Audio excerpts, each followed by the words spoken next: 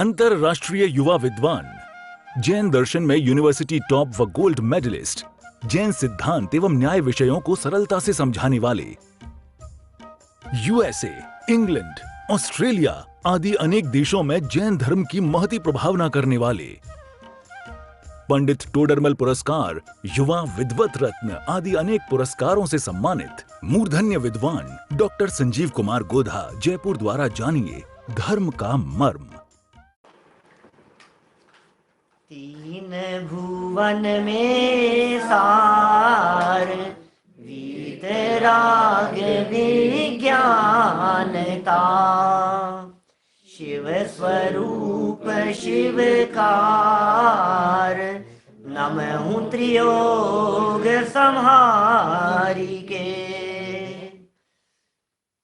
दौलत राम जी द्वारा लिखित यह छहडाला नामक ग्रंथ है, जिसे छोटा समय सार भी कहा जाता है।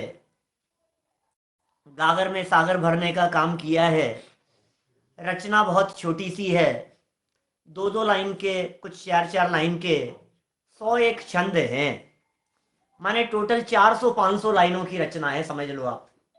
400 लाइन तो बहुत ज्यादा कह दी मैंने, आप 400 से भी कम 300 लाइनों की रचनाएं हैं। और foolscap register size page में यदि लिखी जाए उनको, तो आप कल्पना कर सकते हैं 8-10 पेजों की एक किताब है, जिसने अपने विषय वस्तु के दम पर पूरी दुनिया के लोगों का दिल जीत रखा है। ये एक ऐसी रचना है। लगभग 201 वर्ष पहले, 225 वर्ष पहले दौलत राम जी ने इस ग्रंथ की रचना की। रचनाएं छोटी लेकिन देखन में छोटे लगे, घाव करे गंभीर, इस तरह के भाव इसमें भरे हुए हैं। अध्यात्म भी है, वैराग्य भी है और ज्ञान तो है ही। जिन लोगों ने कभी जैन धर्म को नहीं पढ़ा हो उन लोगों के लिए भी चर्चा है, और जो बहुत गहराई से जैन तत्वज्ञान को पढ़ते हो उनके लिए भी चर्चा है। माने ये चर्चाएं कुछ बड़ी अद्भुत है, बहुत मार्मिक है।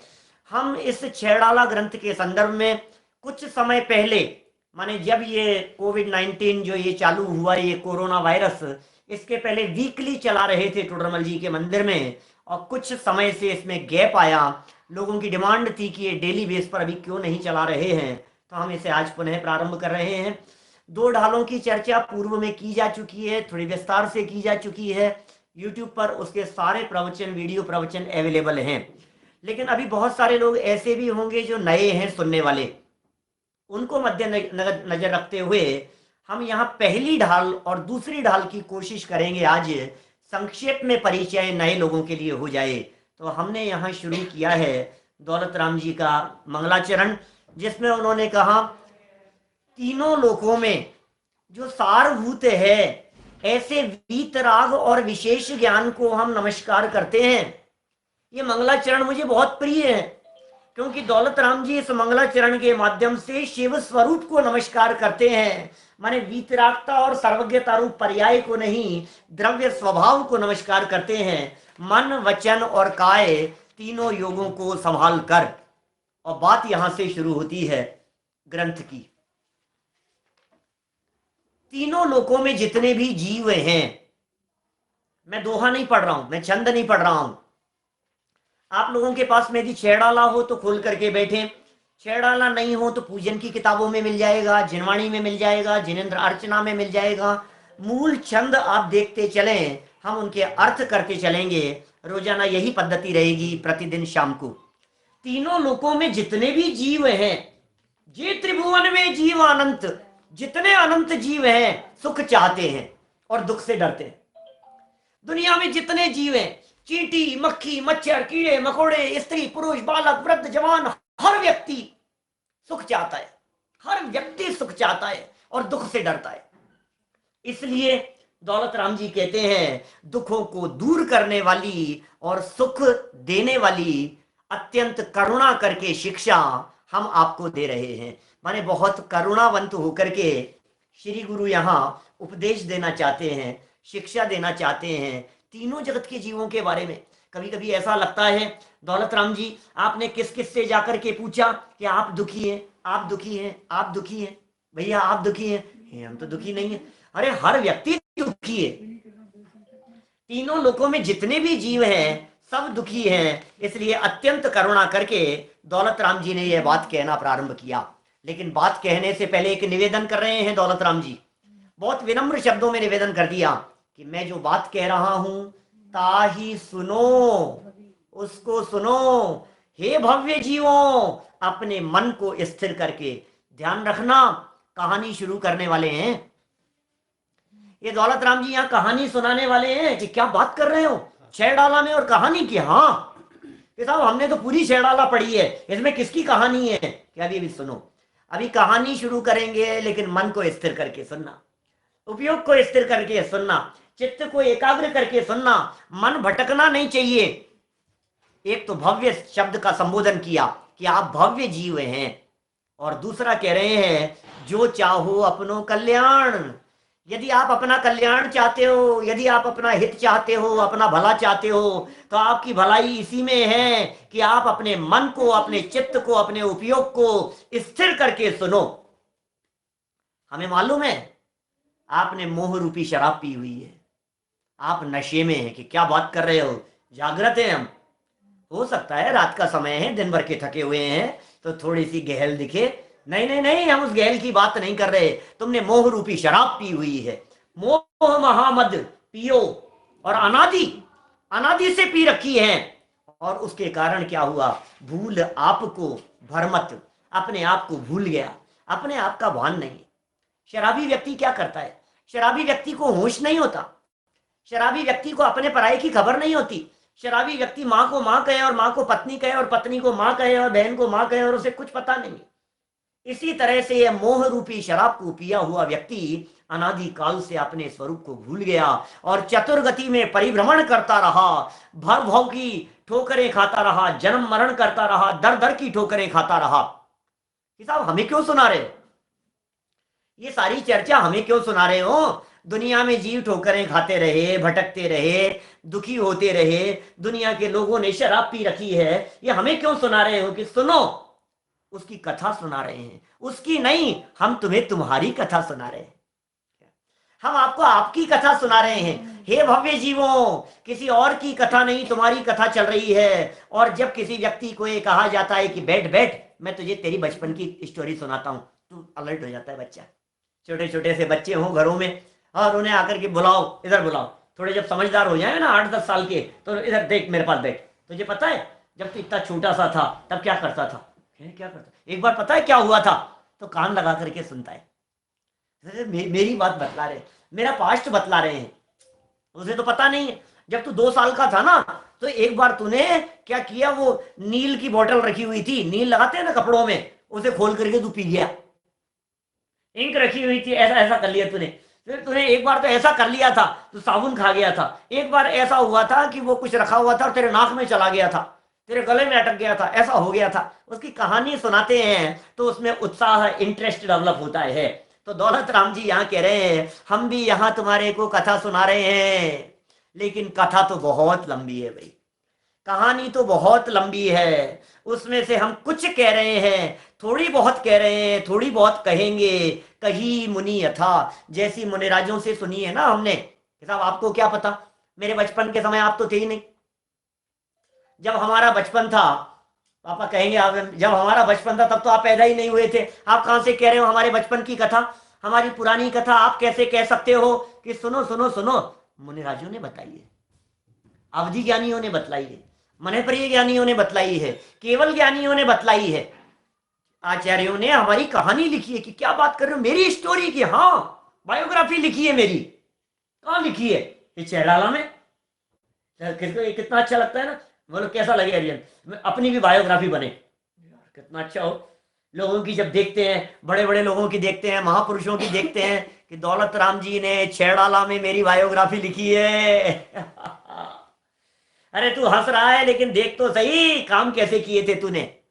कथा तेरी बतला रहे हैं कि सुनाओ सुनाओ, आप तो कथा सुनाना शुरू करो। लंबी कथा है, थोड़ी सुनाना, शॉर्ट में सुनाना, हमारे पास में टाइम ज्यादा नहीं है कि शॉर्ट में सुनाता हूं। काल अनंत निगोद मंझार, बीत्यो एक केंद्रीय तन धार। अरे रे, अनंत काल, अनंत अनंत अनंत काल तो तेरा एकेंद्रीय दशा में बीत गया। बीत्यो एकेंद्रीय तनधार, तुझे पता है निगोद दशा से निकले हैं हम लोग। स्टार्टिंग कहां थी? निगोद दशा में थी। प्रत्येक जीव निगोद दशा से निकला है। अनंत काल इसका निगोद दशा के अंदर बिताया है इसने। और क्या किया वहां? एक इंद्रिय तन को धारण करके रखा। अनंत काल एक इंद्रिय, बस स्पर्श इंद्रिय। आंखें नहीं थी, कान नहीं थे, बोलने चलने की सामर्थ्य नहीं थी। अनंत काल। अरे अरे अरे, कैसी बात कर रहे हो? ऐसे ऐसी ऐसी तकलीफ कि सुन, बीत गया, चिंता मत कर। अब ज्यादा रोना रोने की जरूरत नहीं है। कह रही है बीत्यो, वो तो बीत गया, अब क्या बात कर रहा है उसकी। एक इंद्रिय दशा में अनंत काल बिताया था।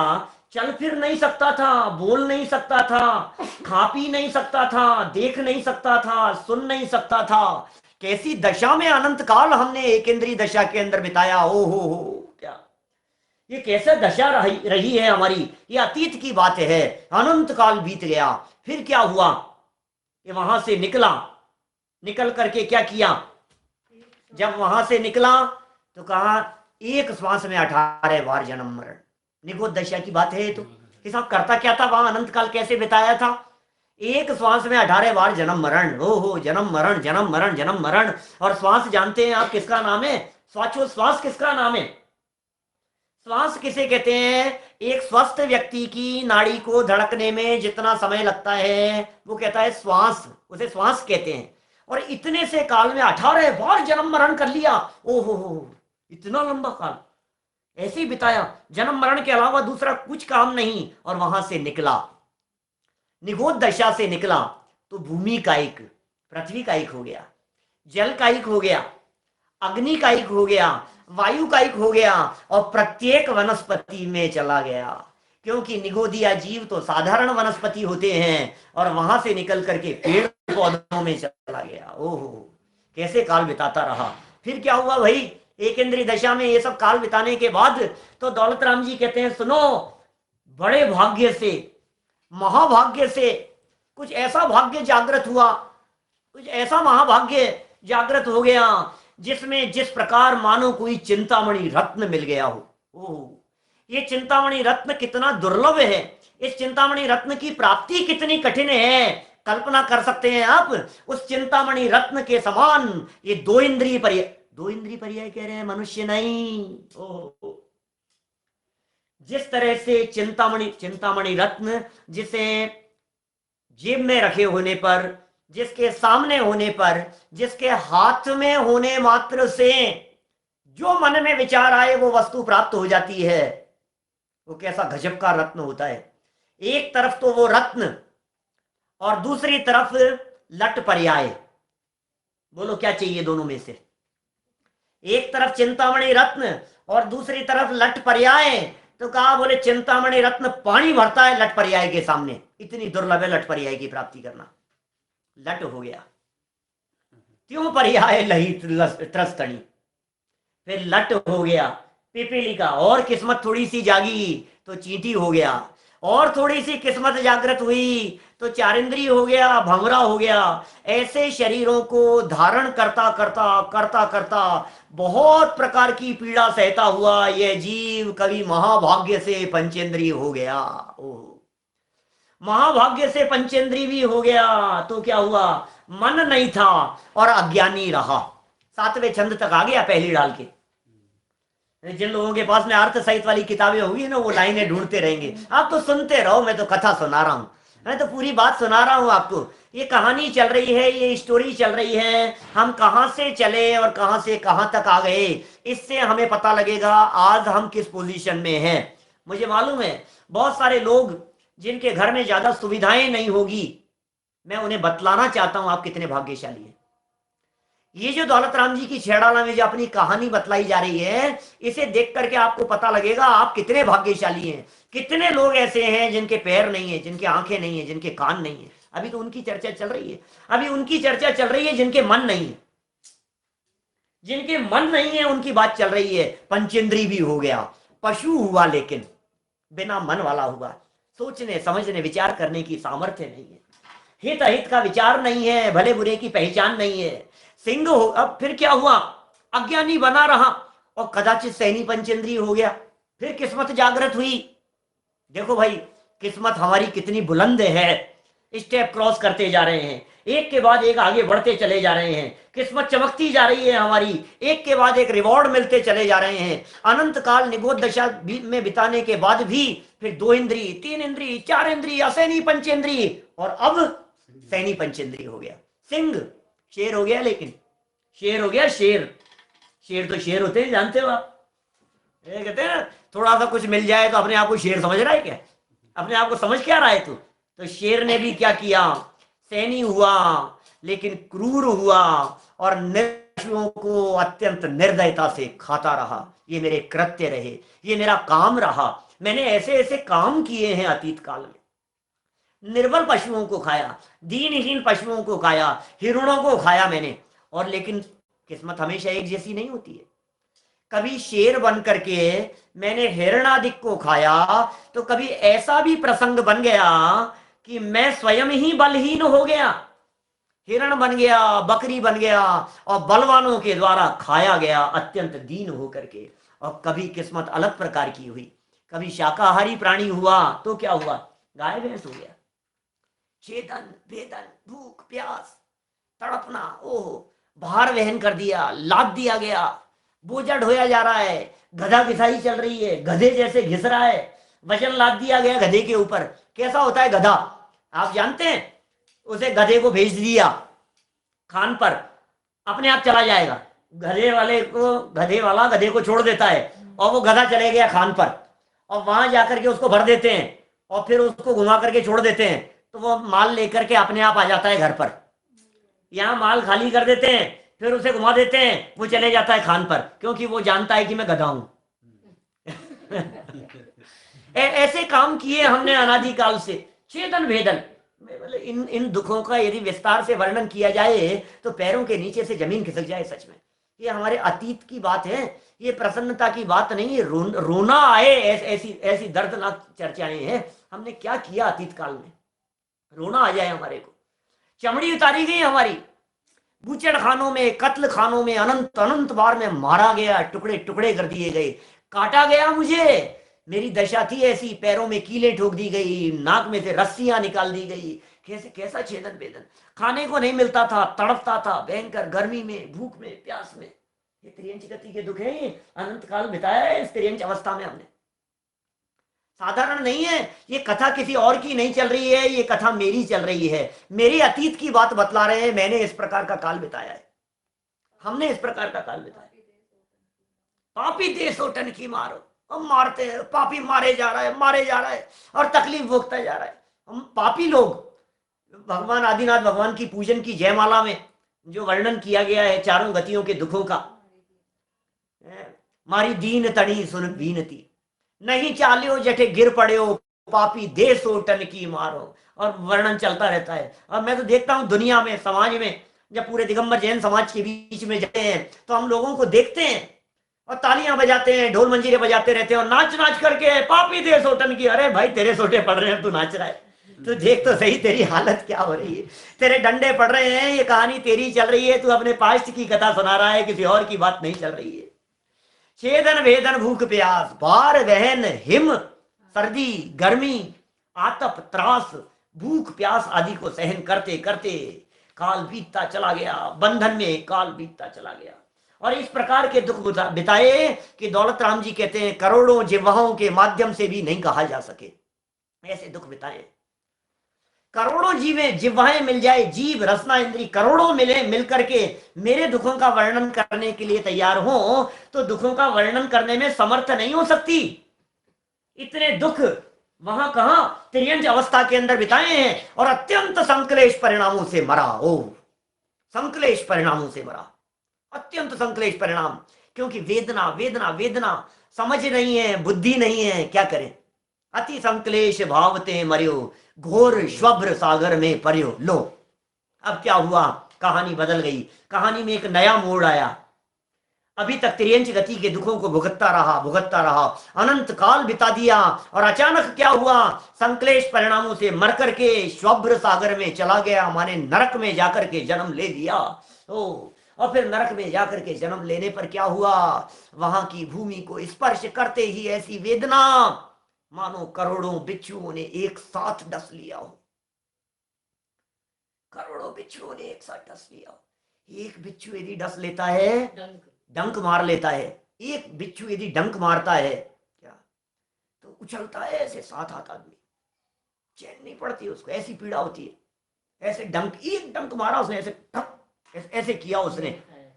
आपके खाया है? ओहो, कैसी वेदना। स्कूल में बोलो, कुछ होश नहीं रहता है, ऐसे ऐसी हालत होती है एक के काट जाने पर। जो प्रत्यक्ष बैठे हैं, जिनको काट गया है, जिसको काट जाए, आप यदि उसे वहां आसपास में खड़े हुए देख रहे हो तो आपको ऐसा पता लगे कि ये क्या हो रहा है, और एक नहीं करोड़ों एक साथ डंक मारे तो क्या स्थिति बने। ऐसी स्थिति नरक की भूमि को स्पर्श करते ही वहां बनती है। और उस वेदना से, उस दुख से थोड़ा सा छूटते हुए, थोड़ा सा बचते हुए, यदि कुछ भावना इस प्रकार की हुई कि चलो थोड़ा सा आराम, जैसे हाथ जलता है ना तो पानी के नीचे लगा लेता है, कहीं जलन बहुत ज्यादा होती है तो जल में कूदने की इच्छा होती है, वहां बहती हुई पीप, मवाद, खून, रक्त ऐसों से भरी हुई, जहां कृमि कुल, कीड़ों के कुल, बिच्छू, कंचले ऐसे ऐसे जहां फैलते हों, ऐसी नदी में कूद गया। वो नदी में भी और अधिक दाह उत्पन्न होती रही। उस नदी से बाहर निकला, भीग गया था ना, बहुत ज्यादा पीड़ा बहुत ज्यादा थी। नरक की बात बतला रहे हैं। जब मैं वहां चला गया तो क्या हुआ, कोई व्यक्ति अपनी पुरानी घटनाएं सुना रहा होता है तो कहता है आपको पता है पहले मैं जोधपुर में था, फिर पता है क्या हुआ, मेरा वहां से ट्रांसफर हो गया तो मैं मेरठ चला गया, फिर वहां मैं 3 साल रहा, फिर मेरठ से फिर मैं बंबई चला गया, फिर 6 साल वहां रहा, फिर मैं वहां गया, फिर वहां चला गया, फिर पता है 4 साल तो अमेरिका रह करके आया हूं। तो अभी बतलाएंगे आप कुछ समय के लिए अमेरिका भी जाएंगे और फिर आपको अजमेर की झोपड़पट्टियों के आसपास भी रहने का अवसर मिलेगा। ये सारी बातें यहां बतला रहे हैं। तो कहां से निकला, तिर्यंच से, और कहां पहुंच गया, नरक में पहुंच गया। और वहां से क्या हुआ, नरक में वातावरण का थोड़ा सा वर्णन करते करते बतला रहे हैं कि चलो थोड़ा सा अच्छे मौसम, पेड़ पौधों के बीच में, ग्रीनरी के बीच में चले, तो पेड़ पौधों के बीच में चला गया। लेकिन भाई वहां सेमल के इस प्रकार के वृक्ष होते हैं। सेमल के वृक्ष किस प्रकार के वृक्ष होते हैं कि जिनके पत्ते बदन पर गिरते हैं तो इस तरह से गिरते हैं जो तलवार की धार के समान हो, टुकड़े टुकड़े कर देने वाले हो, देह का विदारण कर देने वाले हो। सर्दी और गर्मी की हम वहां क्या बात बतलाएं, थोड़ी सी गर्मी बर्दाश्त नहीं होती, पंखा बंद करके बैठे हैं यहां।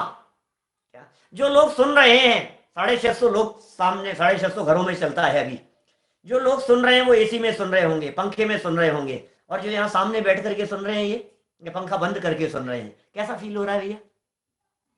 ये पंखे थोड़ा सा आवाज करता है ना, वीडियो में आवाज जाती है तो थोड़ा डिस्टरबेंस होता है ना, पंखा बंद करके कैसा लग रहा है आपको? थोड़ी देर तो चलाओ यार, क्या कर रहे हो आप, थोड़ी देर तो चला लेना चाहिए। अरे सुन, क्या कह रहे हैं, ये कह रहे हैं ऐसी गर्मी थी, इस प्रकार की गर्मी थी कि सुमेरु पर्वत के समान, मेरु पर्वत जैसा 1,00,000 योजन का लोहे का गोला भी वो गल जाए, पिघल जाए, ऐसी भयानक गर्मी में अनंत काल बिताया है। तो क्या सोच रहा है, अनंत काल बिताया है ऐसी भयानक भीषण गर्मी में। सागरों पर्यंत की आयु थी, निकल करके फिर चला गया, निकल करके फिर चला गया, निकल करके फिर चला गया, सागरों काल, अनंत वर्षों तक, अनगिनती वर्षों तक वहां इतना काल बिताया है। सोचो, मेरु समान लोह गल, और सर्दी भी ऐसी भयंकर, भयंकर सर्दी और भयंकर गर्मी, ऐसी सर्दी गर्मी की वेदना को नरक में इस जीव ने अनंत काल तक भोगा। और लड़ाई झगड़े, भाई माहौल कैसा था, लोग भी कोई होंगे कि नहीं, और वहां साथी, सगे साथी थे या नहीं, कि थे वहां पर बहुत सारे सगे साथी थे। तिल तिल करे देह के खंड, असुर भिड़ाते रहे, दुष्ट प्रचंड मात्रा में, और सिंधु नीर ते प्यास न जाए। तीनों लोकों में जितना अनाज है सारा खा ले हुए तो भूख नहीं मिटे, तीनों लोकों में जितना पानी है वो सब पी ले हुए तो प्यास नहीं मिटे, रंच मात्र भी भूख प्यास मिटे नहीं, और खाने के लिए एक बूंद और एक अन्न का दाना मिला नहीं। कैसी दशा रही। ये सारे दुख बहुत सागरों पर्यंत हमने कर्म योग से नरगति में सहन किए हैं भाई। अनंत अनंत काल इस तरह से बीतता चला गया। और फिर क्या हुआ, बड़े भाग्य से हमको मिला जिन धर्म। क्या, बड़े भाग्य से हमको मिला नर जन्म। नर जन्म मिल गया हमारे को बड़े भाग्य से। फिर क्या हुआ, मनुष्य जन्म मिला। अब तो आ गए भैया, अब तो यहाँ आ गए, अब तो शांति है, अब तो मजे है ना। कि सुन तो सही, अभी क्या हुआ बचपन से, बात तो सुन, काल कैसा बीता था तेरा। जननी उदर वस्यो नवमास। जननी उदर, मां के पेट में बसा, कैसे, 9 महीने। कल्पना कर सकते हो आप, 9 महीने मां के पेट में, उस गर्भ अवस्था में कैसे काल बिताया है। मैं कभी कभी उसकी परिकल्पना करके बतलाता हूं लोगों को। मैं ऐसा कहता हूं, आप ऐसी कल्पना कीजिए कि आपको एक ऐसे फ्रीज में सेट कर दिया जाए जहां आपके हाथ बिल्कुल ऐसे सेट है, हिला नहीं सकते हो, पैर ऐसे मोड़ करके आप बैठे हुए हो, हाथ पैरों को ऐसे सबको मोड़ करके सेट, बिल्कुल फिक्स। आप चिंता नहीं करें, मौसम आपके अनुकूल रहेगा, आप चिंता नहीं करें, आपके खाने पीने की सारी व्यवस्थाएं रहेगी। बोलो कितनी देर रह सकते हैं? 5 मिनट? अरे 5 मिनट, कल्पना मात्र से डर लगता है हमारे को, उससे घबराहट होती है हमारे को। मन ऐसा होता है, नहीं नहीं नहीं, घबराहट होती है, घबराहट होती है, ऐसी नहीं। हाँ, अंग सकुचते पाए त्रास, 9 महीने तक। और निकलते हुए निकसत जे दुख पाए घोर, उनको कहते हुए हमारे को शांति नहीं मिल सकती, कह नहीं सकते हम, उसका अंत नहीं आ सकता है, इतने दुख पाए हैं। थोड़ा सा बड़ा हुआ, बचपन, ज्ञान नहीं था, समझ नहीं थी, जो हाथ में आया वो खाता चला गया, विवेक नहीं था, बुद्धि नहीं थी, कागज खा लेता था, कपड़े खा लेता था, सूसू पोटी करके उसी के अंदर लिपटा रहता था, हाथ में आ जाती थी, सम जाता था। क्या क्या क्या क्या हाल किए बताओ। चप्पल खा रहा है, कभी कभी कुछ कर रहा है, चूना खा रहा है, मिट्टी खा रहा है, कुछ होश नहीं है, ज्ञान ही नहीं है, समझ ही नहीं है। और युवा हो गया तो पत्नी के साथ में तरुणी रत रहो, और अर्ध मृतक संबूढ़ापन हो, और वृद्ध अवस्था बुढ़ापन, अधमरे के समान, जिंदा होकर के भी जिंदा लाश के समान है। कैसे रूप लखे आप लोग। ये मनुष्य जीवन भी प्राप्त किया, बचपन निकल गया, युवा अवस्था खाने कमाने भोगने में निकल गई, और वृद्धावस्था बिस्तरों में खाट पे पड़े पड़े निकल गई, अधमरे के समान। आंखों से दिखाई नहीं देता, कानों से सुनाई नहीं देता, क्या करें। कौन से तुझे कौन है, कौन कौन आयो से लो, कौन है, दिखाई नहीं दे रहा है, दिखाई नहीं देता हमारे को। क्या क्या बोलेंगे कुछ और सुनाई देगा कुछ।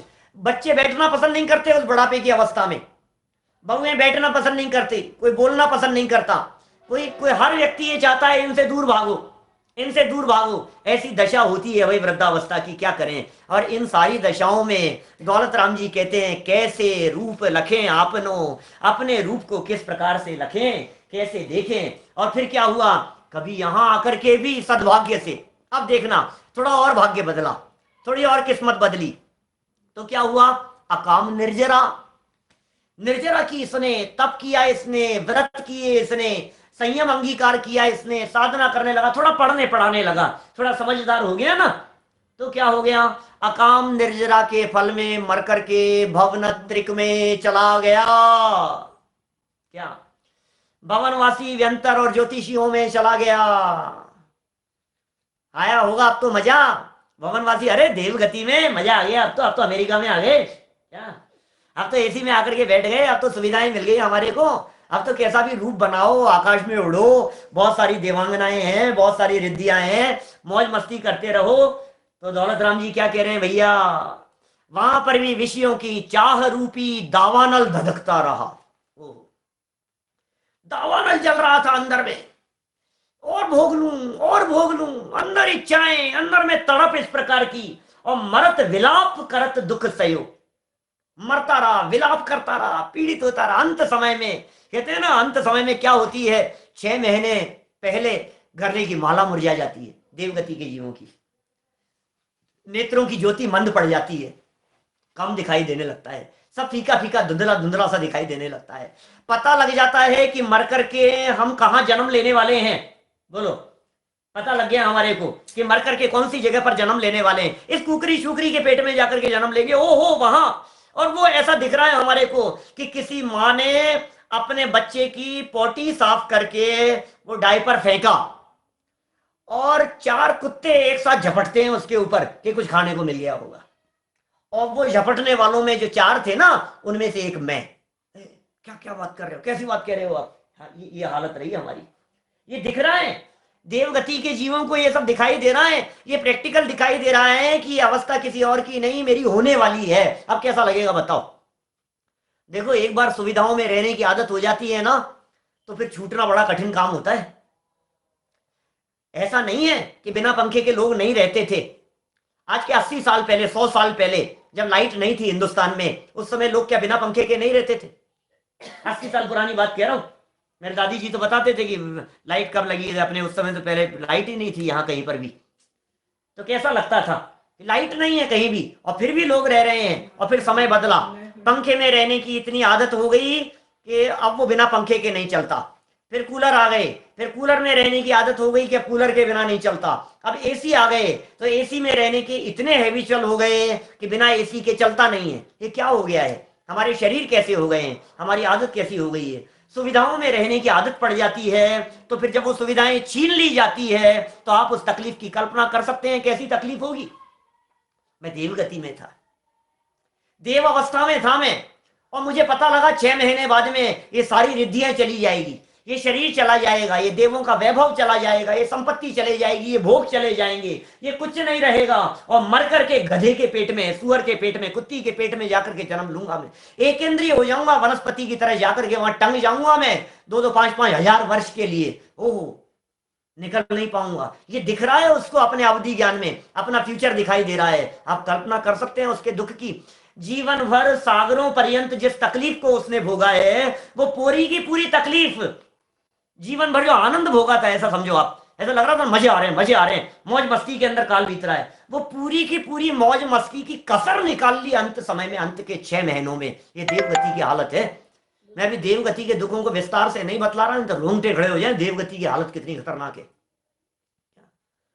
हाँ, देव देव हर व्यक्ति को लगता है देव हो जाए, सब देव हो जाए, मजा आ जाएगा, देवगति में चले जाए। थोड़ी बहुत बताओ, थोड़ी बहुत बताएं, थोड़ी चर्चा करें। मेरा तो मन था कि पहली और दूसरी दोनों डाल के अभी चर्चा कर लूं, कोई बात नहीं, थोड़ी सी चर्चा करते हैं। आज पहली ढाल तक ही, मैंने अपनी कथा तक ही आज चर्चा को रखेंगे, कल बतलाएंगे इन दुखों के कारणों की चर्चा को। तो थोड़ी चर्चा करते हैं अपन, आखिर देवगति में हुआ क्या, आखिर देवगति में किया क्या, देवगति में कितनी मौज मस्ती थी। कि सुनो, प्रजा को तो हर जगह सजाए।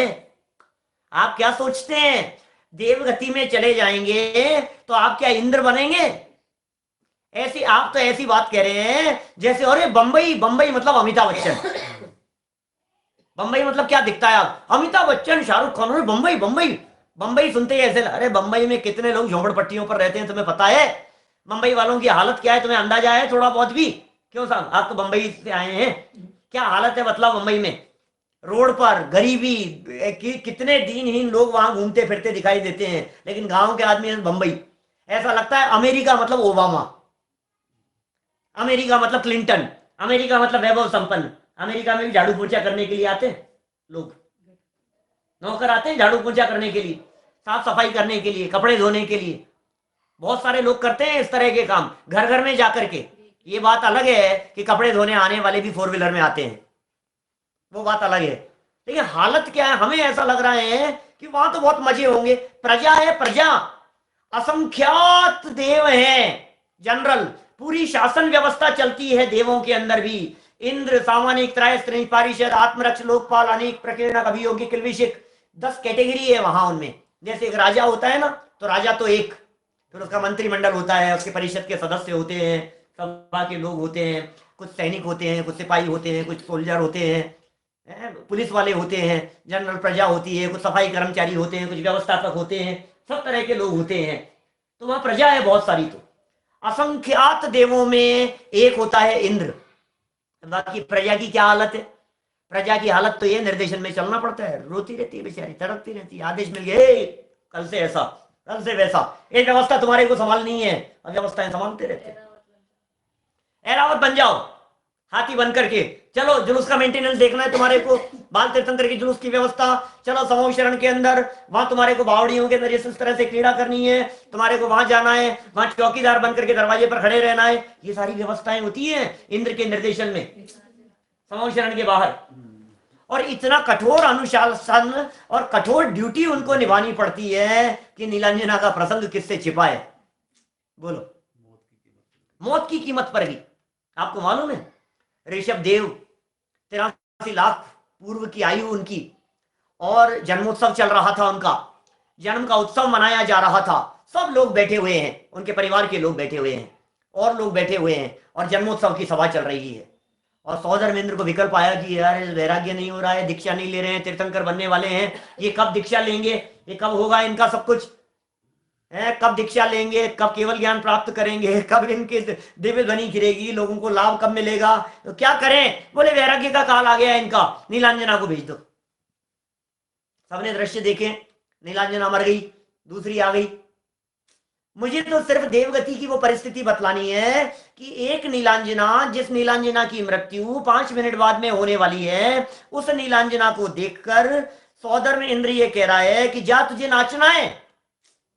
और नीलांजना 6 महीने से रो रही है कि मुझे मर करके कहां जाना है, और वो नीलांजना पलट करके जवाब नहीं दे पा रही है सौधर्म इंद्र को कि नहीं नाच रही, कर ले क्या करना है तुझे। पलट करके जवाब नहीं दे सकती। मैं तो मरने वाली हूँ, तुम नाच बोल, ये पलट करके जवाब नहीं दे सकती है वो नीलांजना। ये यार तुम्हें शर्म नहीं आती, कैसी बात कर रहे हो, मैं मरने वाली हूं, मुझे जाना है वहां, मर करके जा रही हूं, तुम्हें नाच दिख रहा है, तुम्हें उत्सव दिखाई दे रहा है, और नहीं नाच रही, कर लो क्या कर लोगे, 5 मिनट में तो वैसे ही चली जाऊंगी, कर लो क्या कर लोगे। इस कार्यक्रम के पुण्यार्जक हैं श्री जीवनधर जैन, श्रीमती पुष्पा जैन, सौरभ जैन, तन्वी जैन, अभिषेक जैन, मिल्की जैन, मोनल जैन, साक्षी जैन, सानवी जैन, अमीशी जैन एवं समस्त ठाकुर दास परिवार तिजारा, अलवर, राजस्थान।